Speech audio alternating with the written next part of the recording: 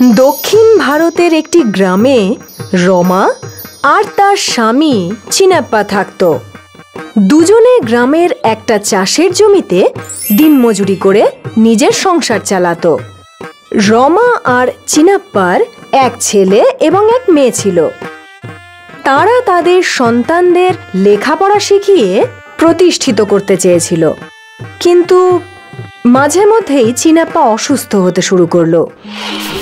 ও খুব অসুস্থ হয়ে পড়ল।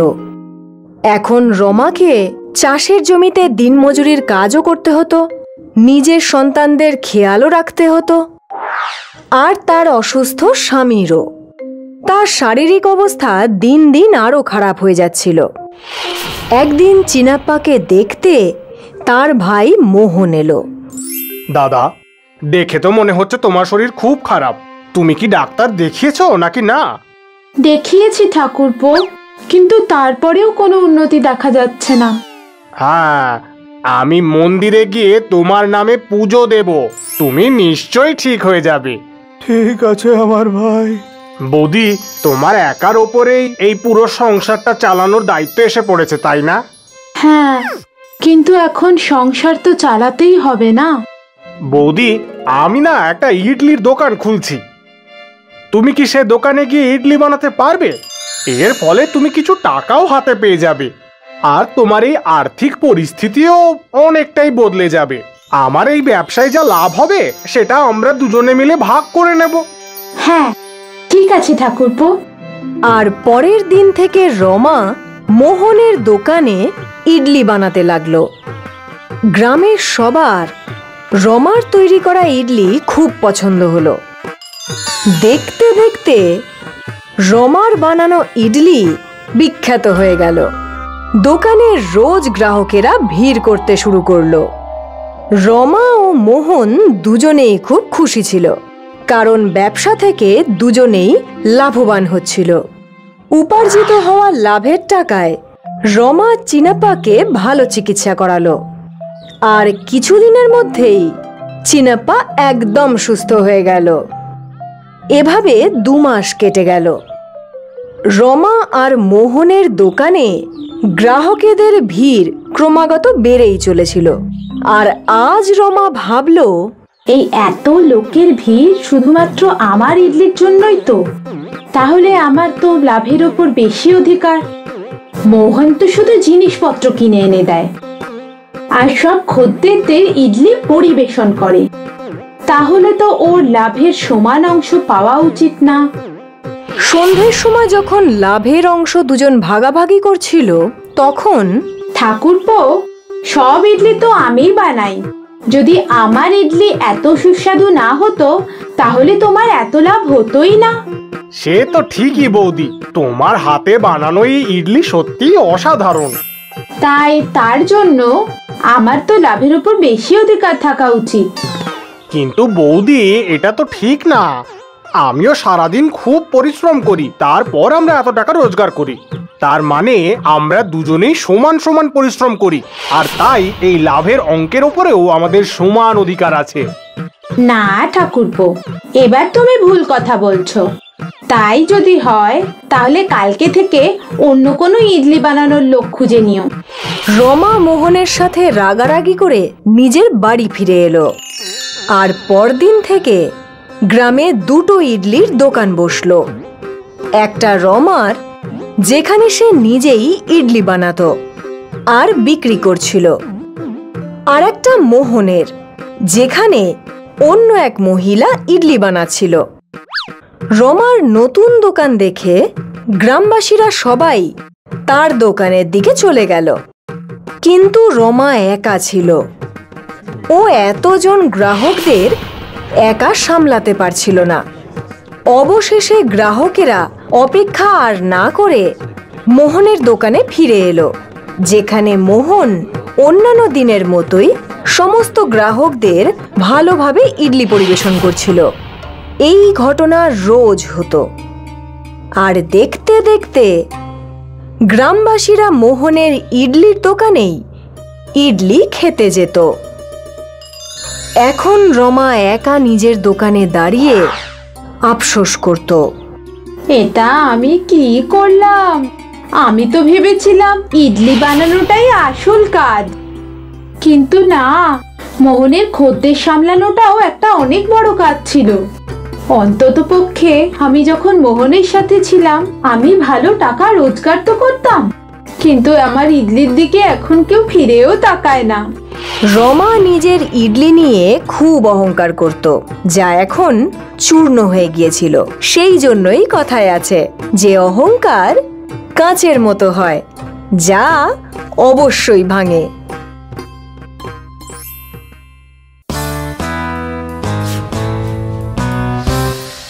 ঘি চাই, ঘি, ভালো গাওয়া ঘি আছে, কেউ নেবে? ঘি চাই গো কারোর। ও বিমলা, 1 কিলো ঘি দাও তো বাছা। কি বলছো দিদি, শুধু 1 কিলো? নিজের দিকে তাকিয়ে দেখো একবার, কত রোগা হয়ে গেছো তুমি। রুটির ওপর একটু ঘি মাখিয়ে খাও, বুঝলে? তারপর দেখো তোমার শরীর স্বাস্থ্য কত ভালো হয়ে যাবে। ঠিক আছে, ঠিক আছে, তুমি 2 কিলো দাও তাহলে। আচ্ছা বেশ, তাই দিচ্ছি। বিমলা 2 কিলো ঘি ওজন করলো আর সে আনন্দে এগিয়ে যেতে থাকলো। রাস্তার মধ্যে ও অনেক গ্রাহকের দেখা পেল। আজকে ওর ঘিয়ের ব্যবসা খুব ভালো চলছিল, আর এখন ওর কাছে অল্প একটু ঘি বেঁচেছিল। একটু দূরে হাঁটতেই ও দিনের শেষ গ্রাহকের দেখাও পেয়ে গেল, আর এখন ওর সব ঘি শেষ হয়ে গিয়েছিল। বিমলা খুব আনন্দেই ফিরে আসছিল, আর ঠিক সেই সময় একটা ছোট বাচ্চা ওকে ডাকলো। বিমলা কাকি, ঘি আছে নাকি? না রে সোনা, ঘি তো শেষ হয়ে গেছে। ঠিক আছে কাকি, কালকে আপনি বেশি করে ঘি আনবেন।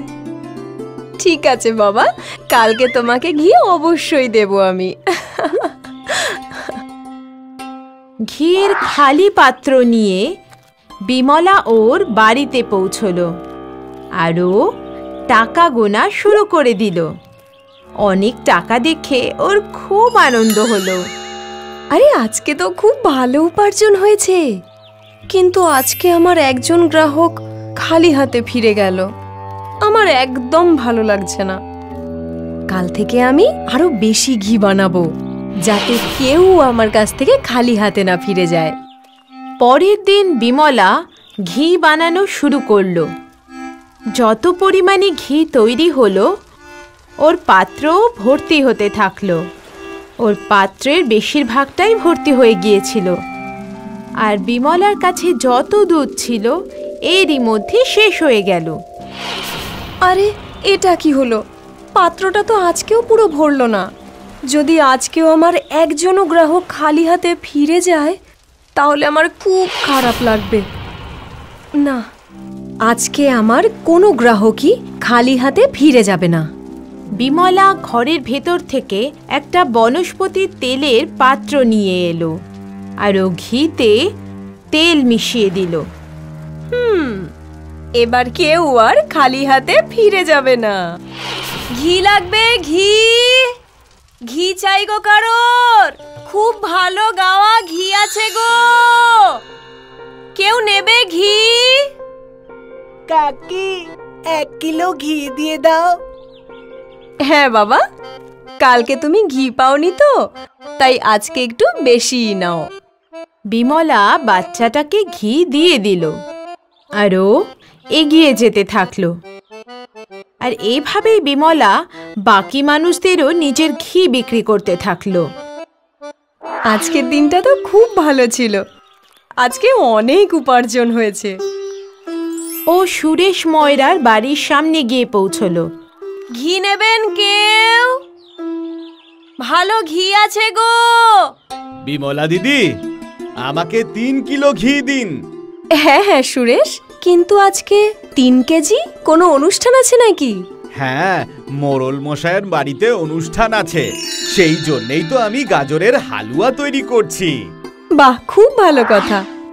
বিমলা 3 কিলো ঘি দিয়ে ওখান থেকে চলে গেল। বিমলা ভীষণ খুশি ছিল যে আজকে ওর কোনো গ্রাহক খালি হাতে ফেরেনি।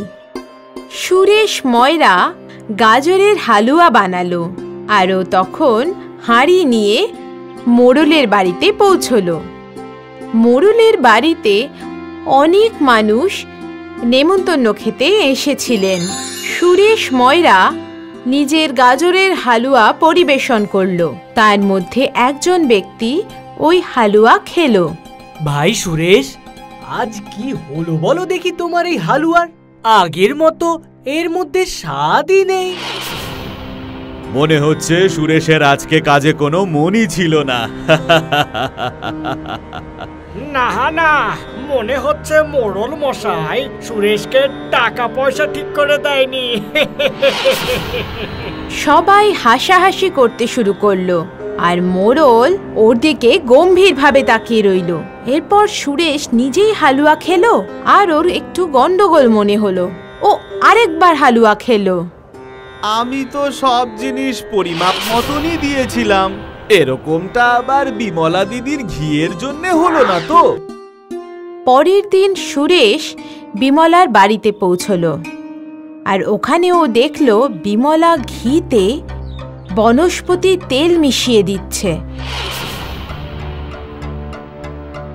বিমলা দিদি, এত বড় বিশ্বাসঘাতকতা! আপনি শুদ্ধ ঘিয়ের মধ্যে বনস্পতির তেল মেশাচ্ছেন? আপনি একজন বিশ্বাসঘাতক। আজ আপনার জন্য গ্রামের সবাই আমার হালুয়া নিয়ে মজা করেছে আমার সাথে। আমি তোমার এই কাজের ব্যাপারে গ্রামের সবাইকে বলে দেব। আরে সুরেশ, আমার কথাটা তো শোনো। সুরেশ বিমলার কোনো কথা না শুনে ওখান থেকে চলে গেল। সুরেশ গ্রামবাসীদের বলে দিল যে বিমলা ঘিতে ভেজাল মিশিয়েছে। আর এখন বিমলা যখন ঘি নিয়ে বেরোলো, দিদি একটু ঘি নাও না। না না না না না, তোমার ঘি আমার লাগবে না বাপু। ঘিয়ের মধ্যে তুমি ভেজাল মিশিয়ে সেটা সবাইকে বিক্রি করছো। চলে যাও এখান থেকে। এই সব কথা শুনে বিমলা নিজের কাজের ওপর খুব রাগ হলো। ভেজাল মেশানোর জন্য ওর সব গ্রাহক চলে গিয়েছিল আর এখন কেউ বিমলার থেকে ঘি কিনতে চাইছিল না। এই গল্পটা থেকে আমরা এটা শিখলাম যে যেমন কাজ তার তেমন ফল। সততা একটা মূল্যবান সম্পদ। আব্দুল একজন খানসামা ছিল যে সুলতান মিয়ার হোটেলে তন্দুরি বানাতো। ভাই, আমাকে একটা তন্দুর পার্সেল করে দাও। আগে এক্ষুনি দিচ্ছি। আপনার হাতের তন্দুরের কোনো জবাব নেই আব্দুল মিয়া। আমি অনেক হোটেলের তন্দুর খেয়েছি, কিন্তু আপনার হাতের তন্দুরের মতো স্বাদ কোথাও পাওয়াই যাবে না। ধন্যবাদ। আপনার যে আমার তন্দুরি ভালো লেগেছে সেটাই অনেক। আব্দুল অনেক বছর ধরে এই হোটেলেই কাজ করছিল। সবকিছু ঠিকই চলছিল। তারপর একদিন সুলতান মিয়ার ছেলে আফজল হোটেলের দেখাশোনা করতে আরম্ভ করলো। ভাই, আপনার হোটেলের তন্দুরির তো কোনো কথাই নেই। হ্যাঁ হ্যাঁ হ্যাঁ, আমি জানি জনাব। অনেক লোক আব্দুল মিয়ার তন্দুরির খুব প্রশংসা করেন। এই শুনে আব্দুল হাসল। সে আফজলের মনে দুষ্টু বুদ্ধির ব্যাপারে জানতো না। আফজল ভেবে রেখেছিল যে ও তন্দুরি কাউন্টার আরো বড় করে বানাবে এবং আরো অনেক খানসামা রাখবে। আব্দুল ভাই, এবার আপনাকে অন্যান্য খানসামাদেরও আপনার মতন তন্দুরি বানাতে শেখাতে হবে। আসলে ব্যাপারটা হলো, আমি তন্দুরির কাউন্টারটা বড় করতে চলেছি যাতে আরো বেশি অর্ডার নিতে পারি। সেই জন্য। হ্যাঁ নিশ্চয়ই, আমি সব খানসামাদের শিখিয়ে দেবো। এই শুনে আফজল খুশি হলো। কিছুদিন পর তন্দুরি কাউন্টার বড় হয়ে গেল। আরো দুজন খানসামা কাউন্টারে এলো, আলতাফ আর আরবাজ। এবার আমাকে ভালো করে দেখো আর শেখো। যদি আমার মতন ভালো করে তন্দুরি বানাতে পারো তাহলে গ্রাহক তোমাদেরও তারিফ করবে। আব্দুল দুজনকে ভালো করে তন্দুরি বানাতে শেখাতে লাগলো। কিছুদিনের মধ্যেই ওরাও আব্দুলের মতন তন্দুরি বানাতে শিখে গেল। আশা করি এবার আপনার হোটেল খুব ভালো ব্যবসা করবে এবং ভালো লাভ করবে। আপনার আশীর্বাদ থাকলে সবই হবে আব্দুল মিয়া। আব্দুল ভালো মনে ওই দুজন খানসামাকে তন্দুরি বানাতে শিখিয়েছিল, কিন্তু আফজল খুব চালাক ছিল। ওর মনে শুধু টাকা রোজগার করার জেদ ছিল। তাই জন্য ও একটা নতুন পোল্ট্রিওয়ালার সাথে সওদা করলো। এই পোল্ট্রিওয়ালা আফজলকে সস্তা দামে মরা মুরগি বিক্রি করতে লাগলো, যার জন্য আফজলের লাভ বেড়ে গেল। তন্দুরি কাউন্টার বড় হয়ে যাওয়ার কারণে গ্রাহকও বেড়ে গিয়েছিল। সবকিছু ঠিকঠাক চলছিল, কিন্তু একদিন যখন আব্দুল বেশ রাত পর্যন্ত হোটেলে ছিল, তখন হোটেলের মালিক সুলতান সেখানে এলো। বাবা আফজল, কেমন চলছে হোটেল? খুব ভালো আব্বা। আমি শুনেছি তুই নাকি পোল্ট্রিওয়ালা বদলে দিয়েছিস। হ্যাঁ আব্বা, এই পোল্ট্রিওয়ালা আমাদের কম দামে মুরগি দিচ্ছে। আচ্ছা, কিন্তু কি করে দিচ্ছে? কারণ সেই মুরগিগুলো আগে থেকেই মরা। ইয়া খোদা, এ কি পাপ করছিস বাবা? এটা ভুল। এরকম পাপ করো না। যদি আমাদের তন্দুরি খেয়ে কারোর শরীর খারাপ হয়, তাহলে খোদা আমাদের ক্ষমা করবেন না বাবা। এরকম কিছুই হবে না আব্বা, সব হোটেলওয়ালাই এটাই করে। আমার সব বন্ধুদের হোটেলে এটাই হয়। এখনো কারোর শরীর খারাপ হয়নি, আর আগেও হবে না। আমার কাজ ছিল তোমাকে সাবধান করা, বাকি তোমার ইচ্ছা। এখন এই হোটেল তোমার, আর তুমি এটার মালিক। ভালো হোক বা মন্দ হোক, সেটা তোমার সিদ্ধান্ত, ঠিক আছে? সুলতান সাহেব ওখান থেকে চলে গেলেন। এই পুরো কথাবার্তা আব্দুল শুনে নিয়েছিল। কিছুক্ষণ পরে সেও নিজের বাড়ির দিকে চলে গেল। রাত্রে আব্দুল এই ব্যাপারে চিন্তা করতে লাগলো। আমি এমন জায়গায় কাজ করতে পারবো না যেখানে মানুষের শরীর স্বাস্থ্য নিয়ে খেলা করা হয়। এটা একদম ভুল কাজ। কিন্তু আফজল মিয়া আমার কথা শুনবে না। ভালো এটাই হবে যে আমি এই কাজটা ছেড়ে দিই। আব্দুল ভেবে নিয়েছিল যে ও সুলতান হোটেলে খানসামার কাজ ছেড়ে দেবে। পরের দিন সকালেও হোটেলে গেল। আমি কাল সবকিছু শুনে নিয়েছিলাম। এই কাজ করতে আমার মন আমাকে সায় দিচ্ছে না। আমি এই হোটেল ছেড়ে চলে যাচ্ছি। ভালো কথা। তোমার কি মনে হয়, তুমি চলে গেলে আমার হোটেল বন্ধ হয়ে যাবে? কখনোই না। কিন্তু তুমি অন্য কোনো হোটেলে কখনো কাজ পাবে না। এটা কিন্তু সত্যি আব্দুল মিয়া। আমি মেনে নিলাম। আমি কাজ না করেও থেকে যাব, কিন্তু বেঈমানিতে অংশগ্রহণ করব না। আব্দুল এই কথা বলে সেখান থেকে চলে গেল। ও অনেক হোটেলে কাজ খুঁজতে লাগলো, কিন্তু কোথাও ও কাজ পেল না। ক্লান্ত হয়ে সে একদিন ওর বন্ধু মুস্তাফার সাইকেলের দোকানে গিয়ে বসলো।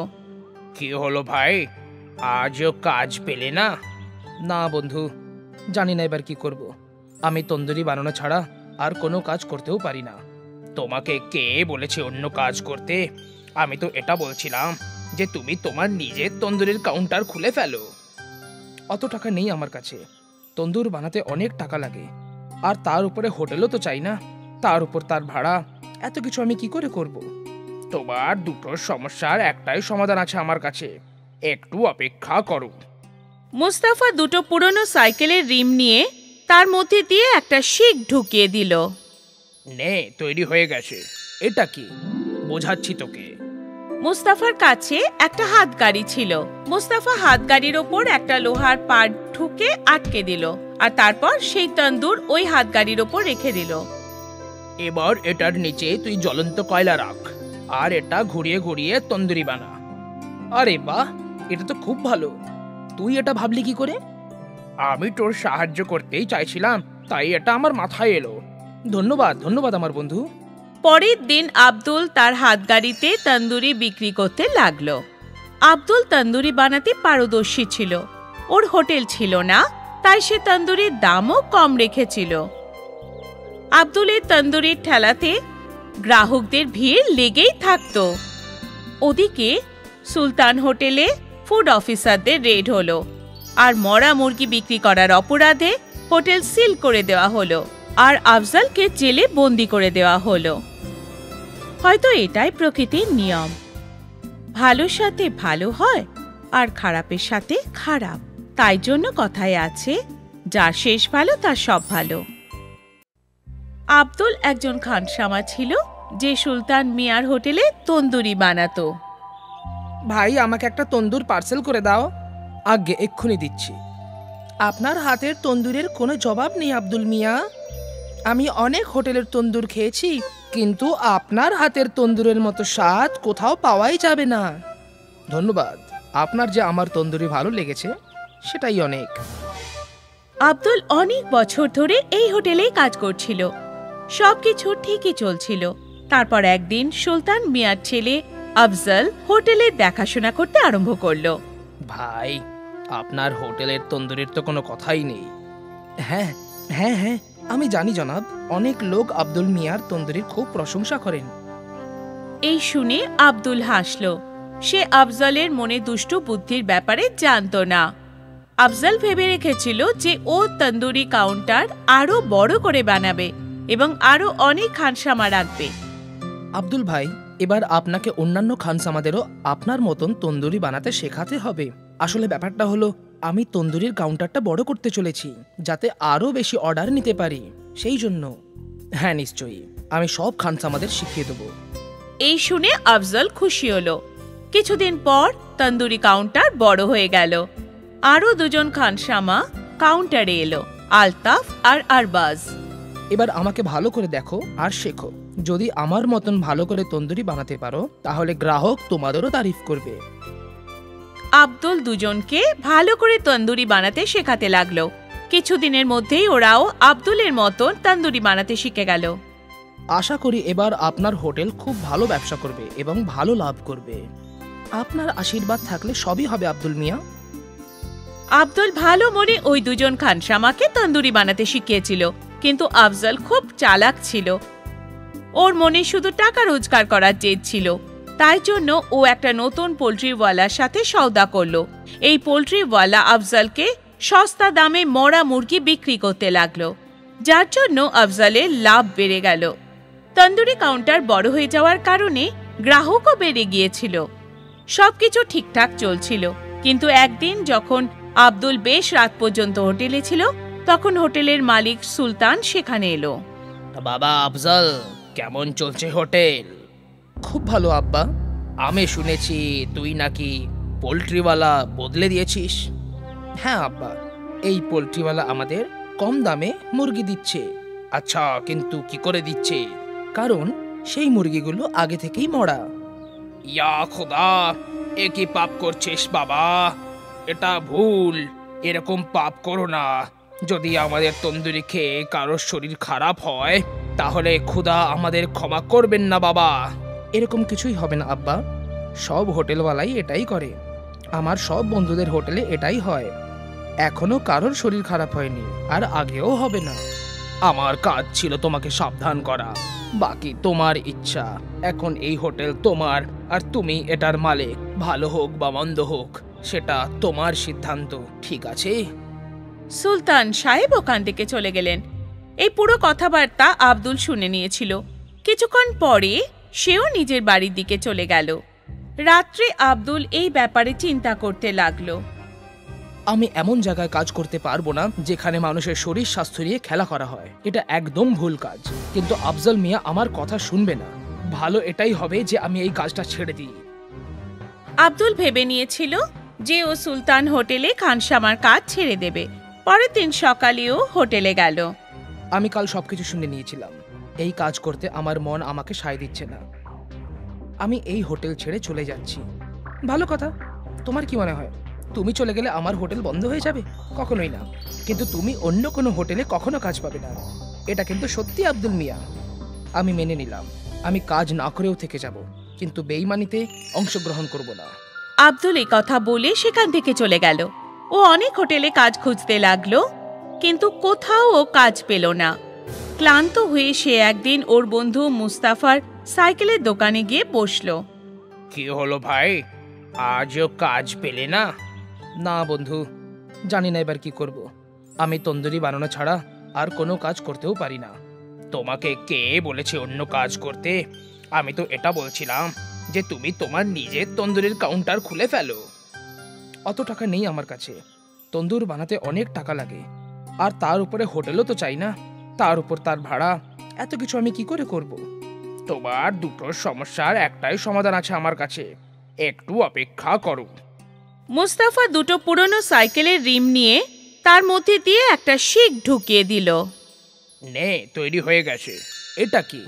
বোঝাচ্ছি তোকে। মুস্তাফার কাছে একটা হাতগাড়ি ছিল। মুস্তাফা হাতগাড়ির ওপর একটা লোহার পাট ঠুকে আটকে দিল, আর তারপর সেই তন্দুর ওই হাতগাড়ির ওপর রেখে দিল। এবার এটার নিচে তুই জ্বলন্ত কয়লা রাখ, আর এটা ঘুরিয়ে ঘুরিয়ে তন্দুরি বানা। আরে বাহ, এটা তো খুব ভালো। তুই এটা ভাবলি কি করে? আমি তোর সাহায্য করতেই চাইছিলাম, তাই এটা আমার মাথায় এলো।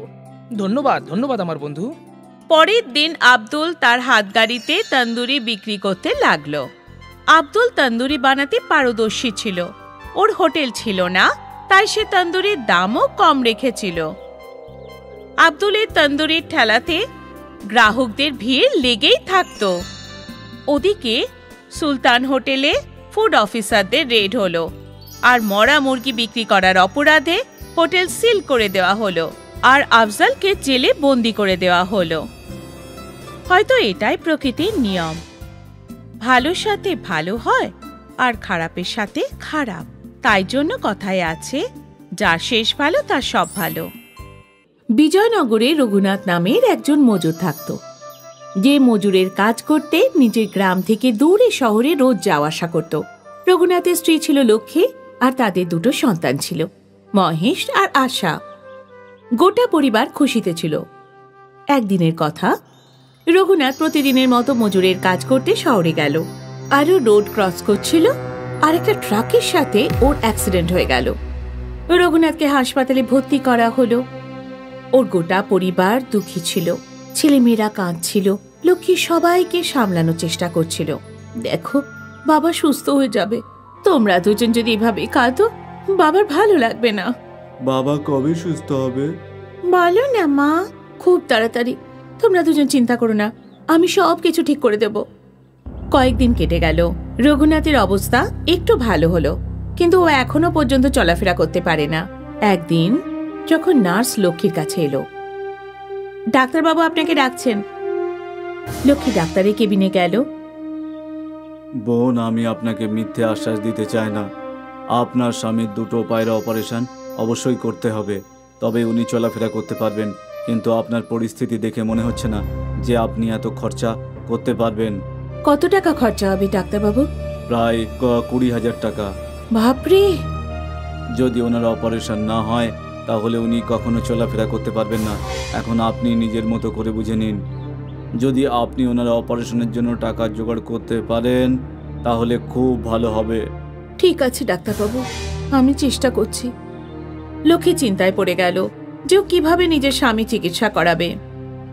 ও বাচ্চাদের সাথে বাড়িতে গেল আর নিজের গয়নাগুলো দেখতে লাগলো।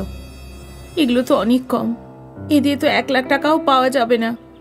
সংসারও সামলাতে হবে, আরো চিকিৎসাও করাতে হবে, কিভাবে হবে সব? লক্ষ্মী নিজের গয়নাগুলো দেখছিল, তখনও 2 ছেলে মেয়ে ওর কাছে এলো। মা, তুমি কি এই মঙ্গলসূত্র আর বালা বিক্রি করে দেবে?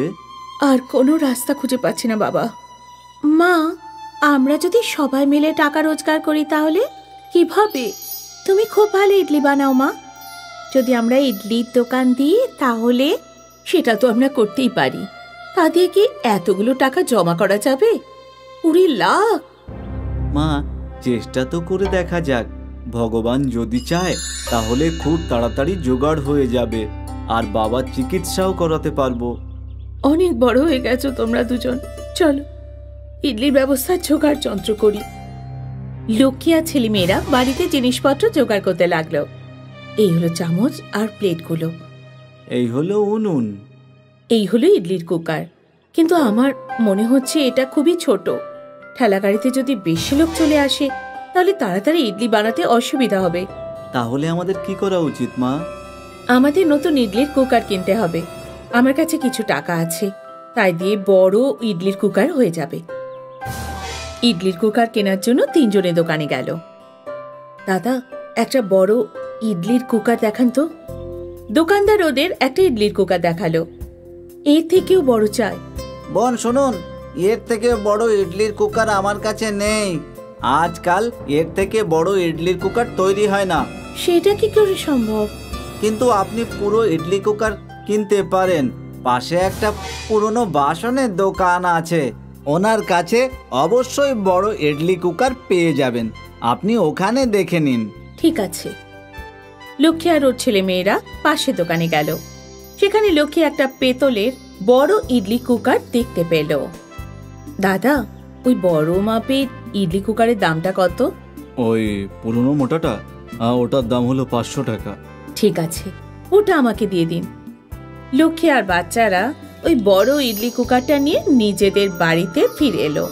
বাড়িতে পৌঁছে, মা, তুমি এই ইডলি কুকারটাই কেন কিনলে? পাশে তো কত চকচকে স্টিলের কুকার ছিল, তাহলে এটা পেতলেরটাই কেন? কারণ এটা হলো পেতলের। পেতলে ইডলির স্বাদ আরো ভালো হয় বাবা। তার চেয়েও ভালো আমরা এটা অনেক সস্তা দামে পেয়েছি। কিন্তু মা, আমাদের নতুন কুকার কেনা উচিত ছিল না? দেখো না, এটা কত নোংরা হয়ে রয়েছে। আশা, এটা হলো পেতলের, এক্ষুনি এটাকে ঘষলে চকচকে হয়ে যাবে। ঠিক আছে মা।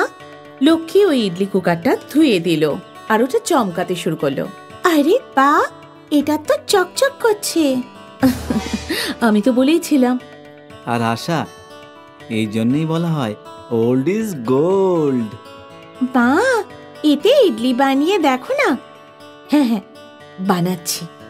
লক্ষ্মী ওই ইডলি কুকারের থালাগুলোতে ইডলির গোলা ভরলো আর ওটা গ্যাসে বসিয়ে দিল। এখন আমাদের 8 মিনিট অপেক্ষা করতে হবে, তাই না মা? হ্যাঁ, একদম। দুই ছেলে মেয়ে ইডলি তৈরি হওয়ার জন্য অপেক্ষা করছিল। ওদের দুজনেরই নজর ছিল ঘড়ির কাঁটার দিকে। যেই ঘড়িতে 8 মিনিট হলো, হয়ে গেছে, 8 মিনিট হয়ে গেছে। হ্যাঁ হ্যাঁ, ধৈর্য ধরো, খুলছি আমি।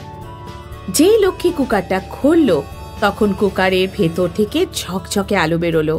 সাদা আটা সোনালি হয়ে গেল কি করে? যেই লক্ষ্মী ওই ইডলিগুলো বাইরে বের করলো, তখন হকচকিয়ে গেল। এই ইডলিগুলো পাথরের কি করে হয়ে গেল? পাথরে নয়, সোনার। সোনার ইডলি। লক্ষ্মী একটা সোনার ইডলি নিয়ে শ্যাকরার কাছে গেল আর সেখানে তার কাছে ওটা পরীক্ষা করালো। এটা হলো খাঁটি সোনা। এই শুনে লক্ষ্মী নিজের কানকে বিশ্বাস করতে পারল না। ও বাড়ি ফিরল আর এই কথাটা নিজের ছেলে মেয়েদের বলল। তখন ওরা আনন্দে লাফাতে লাগলো। আমাদের কাছে কতগুলো সোনার ইডলি আছে। মা, এগুলো বিক্রি করে আমরা বাবার চিকিৎসা করাতে পারবো। হ্যাঁ, এখানে এতগুলো সোনা আছে যে আমরা ভাবতেও পারবো না বাচ্চারা। কিছুদিন পর লক্ষ্মী দুটো সোনার ইডলি শ্যাকরার কাছে বিক্রি করে দিল আর তা থেকে পাওয়া টাকা নিয়ে নিজের স্বামী রঘুনাথের পায়ের অপারেশন করালো। রঘুনাথ আবার হাঁটতে চলতে লাগলো। আরো দুটো সোনার ইডলি বিক্রি করে লক্ষ্মী নতুন বাড়ি কিনে নিল। রঘুনাথ আর তার পরিবার হাসি খুশি নতুন বাড়িতে থাকতে লাগলো। আজও সেই ইডলির কুকারটা লক্ষ্মীর কাছে রয়েছে, কিন্তু ও আর কখনো সোনার ইডলি তৈরি করেনি। মা, আমরা কি আবার সোনার ইডলি বানাবো না? না, কারণ ভগবান আমাদের যতটা দিয়েছেন সেটা আমাদের জন্য অনেকটা। আর এমনিতেও আশা, মা তো সব সময় বলে যে লোভ করা মহাপাপ। হ্যাঁ, আর আমাদের একদম লোভ করা উচিত নয়। একদম ঠিক। এবার তোমরা দুজন ভুলে যাও যে তোমরা কখনো জাদু ইডলি কুকার পেয়েছিলে আর সব সময় খুশি থাকো।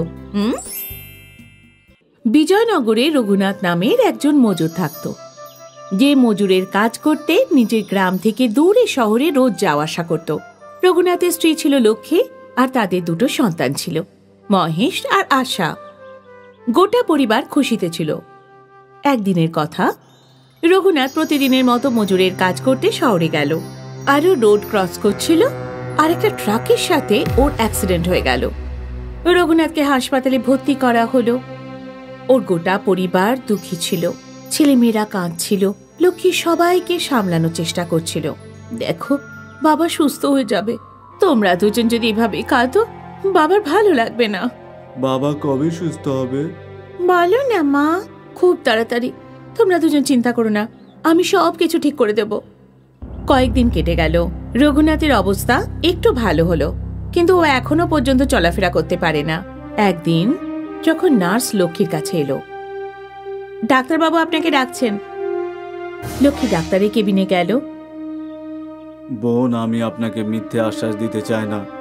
আপনার স্বামীর দুটো পায়ের অপারেশন অবশ্যই করতে হবে, তবে উনি চলাফেরা করতে পারবেন, কিন্তু আপনার পরিস্থিতি দেখে মনে হচ্ছে না যে আপনি এত খরচা করতে পারবেন। কত টাকা খরচা হবে ডাক্তারবাবু? প্রায় 20,000 টাকা। বাপরে!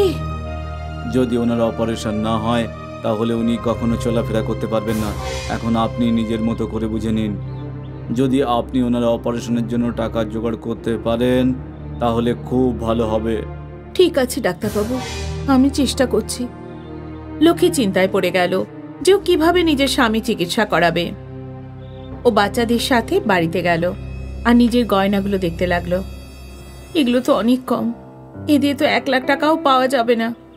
সংসারও সামলাতে হবে, আরো চিকিৎসাও করাতে হবে, কিভাবে হবে সব?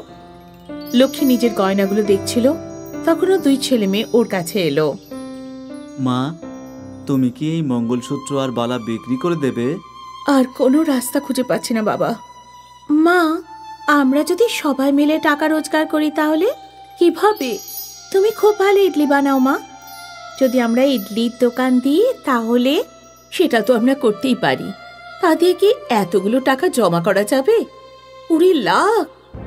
মা, চেষ্টা তো করে দেখা যাক। ভগবান যদি চায় তাহলে খুব তাড়াতাড়ি জোগাড় হয়ে যাবে আর বাবার চিকিৎসাও করাতে পারবো। অনেক বড় হয়ে গেছো তোমরা দুজন, চলো ইডলির ব্যবস্থার জোগাড় যন্ত্র করি। লক্ষ্মী আর ছেলেমেয়েরা বাড়িতে জিনিসপত্র জোগাড় করতে লাগলো। এই হলো চামচ আর প্লেটগুলো, এই হলো উনুন, এই হলো ইডলির কুকার। কিন্তু আমার মনে হচ্ছে এটা খুবই ছোট। ঠেলা গাড়িতে যদি বেশি লোক চলে আসে তাহলে তাড়াতাড়ি ইডলি বানাতে অসুবিধা হবে। তাহলে আমাদের কি করা উচিত মা? আমাদের নতুন ইডলির কুকার কিনতে হবে। আমার কাছে কিছু টাকা আছে, তাই দিয়ে বড় ইডলির কুকার হয়ে যাবে। ইডলির কুকার কেনার জন্য 3 জনে দোকানে গেল। দাদা, একটা বড় ইডলির কুকার দেখান তো। দোকানদার ওদের একটা ইডলির কুকার দেখালো। এর থেকেও বড় চাই। বোন শুনুন, এর থেকে বড় ইডলির কুকার আমার কাছে নেই। আজকাল এর থেকে বড় ইডলির কুকার তৈরি হয় না। সেটা কি করে সম্ভব? কিন্তু আপনি পুরো ইডলি কুকার কিনতে পারেন। পাশে একটা পুরনো বাসনের দোকান আছে, ওনার কাছে অবশ্যই বড় ইডলি কুকার পেয়ে যাবেন। আপনি ওখানে দেখে নিন। ঠিক আছে। লক্ষ্মী আর ওর ছেলে মেয়েরা পাশে দোকানে গেল। সেখানে লক্ষ্মী একটা পেতলের বড় ইডলি কুকার দেখতে পেল। দাদা, ওই বড় মাপের ইডলি কুকারের দামটা কত? ওই পুরনো মোটাটা? ওটার দাম হলো 500 টাকা। ঠিক আছে, ওটা আমাকে দিয়ে দিন। লক্ষ্মী আর বাচ্চারা ওই বড় ইডলি কুকারটা নিয়ে নিজেদের বাড়িতে ফিরে এলো। বাড়িতে পৌঁছে, মা, তুমি এই ইডলি কুকারটাই কেন কিনলে? পাশে তো কত চকচকে স্টিলের কুকার ছিল, তাহলে এটা পেতলেরটাই কেন? কারণ এটা হলো পেতলের। পেতলে ইডলির স্বাদ আরো ভালো হয় বাবা। তার চেয়েও ভালো আমরা এটা অনেক সস্তা দামে পেয়েছি। কিন্তু মা, আমাদের নতুন কুকার কেনা উচিত ছিল না? দেখো না, এটা কত নোংরা হয়ে রয়েছে। আশা, এটা হলো পেতলের। এক্ষুনি এটাকে ঘষলে চকচকে হয়ে যাবে। ঠিক আছে মা। লক্ষ্মী ওই ইডলি কুকারটা ধুয়ে দিল আর ওটা চমকাতে শুরু করলো। আরে বা, এটা তো চকচক করছে। আমি তো বলেইছিলাম। আর আশা, এই জন্যই বলা হয় ওল্ড ইজ গোল্ড। মা, এতে ইডলি বানিয়ে দেখো না। হ্যাঁ হ্যাঁ, বানাচ্ছি। লক্ষ্মী ওই ইডলি কুকারে থালাগুলোতে ইডলির গোলা ভরলো আর ওটা গ্যাসে বসিয়ে দিল। এখন আমাদের 8 মিনিট অপেক্ষা করতে হবে, তাই না মা? হ্যাঁ একদম। 2 ছেলে মেয়ে ইডলি তৈরি হওয়ার জন্য অপেক্ষা করছিল। ওদের দুজনেরই নজর ছিল ঘড়ির কাঁটার দিকে। যেই ঘড়িতে 8 মিনিট হলো, হয়ে গেছে, 8 মিনিট হয়ে গেছে। হ্যাঁ হ্যাঁ, ধৈর্য ধরো, খুলছি আমি। যেই লক্ষ্মী কুকারটা খুললো তখন কুকারের ভেতর থেকে ঝকঝকে আলো বেরোলো। সাদা আটা সোনালি হয়ে গেল কি করে? যেই লক্ষ্মী ওই ইডলিগুলো বাইরে বের করলো তখন হকচকিয়ে গেল। এই ইডলিগুলো পাথরের কি করে হয়ে গেল? পাথরের নয়, সোনার। সোনার ইডলি! লক্ষ্মী একটা সোনার ইডলি নিয়ে শ্যাকরার কাছে গেল আর সেখানে তার কাছে ওটা পরীক্ষা করালো। এটা হলো খাঁটি সোনা। এই শুনে লক্ষ্মী নিজের কানকে বিশ্বাস করতে পারল না। ও বাড়ি ফিরল আর এই কথাটা নিজের ছেলে মেয়েদের বলল। তখন ওরা আনন্দে লাফাতে লাগলো। আমাদের কাছে কতগুলো সোনার ইডলি আছে। মা, এগুলো বিক্রি করে আমরা বাবা চিকিৎসা করাতে পারবো। হ্যাঁ, এখানে এতগুলো সোনা আছে যে আমরা ভাবতেও পারবো না বাচ্চারা। কিছুদিন পর লক্ষ্মী দুটো সোনার ইডলি শ্যাকরার কাছে বিক্রি করে দিল, আর তা থেকে পাওয়া টাকা নিয়ে নিজের স্বামী রঘুনাথের পায়ের অপারেশন করালো। রঘুনাথ আবার হাঁটতে চলতে লাগলো। আরো দুটো সোনার ইডলি বিক্রি করে লক্ষ্মী নতুন বাড়ি কিনে নিল। রঘুনাথ আর তার পরিবার হাসি খুশি নতুন বাড়িতে থাকতে লাগলো। আজও সেই ইডলির কুকারটা লক্ষ্মীর কাছে রয়েছে, কিন্তু ও আর কখনো সোনার ইডলি তৈরি করেনি। মা, আমরা কি আবার সোনার ইডলি বানাবো না? না, কারণ ভগবান আমাদের যতটা দিয়েছেন সেটা আমাদের জন্য অনেকটা। আর এমনিতেও আশা, মা তো সব সময় বলে যে লোভ করা মহাপাপ। হ্যাঁ, আর আমাদের একদম লোভ করা উচিত নয়। একদম ঠিক। এবার তোমরা দুজন ভুলে যাও যে তোমরা কখনো জাদু ইডলি কুকার পেয়েছিলে, আর সব সময় খুশি থাকো।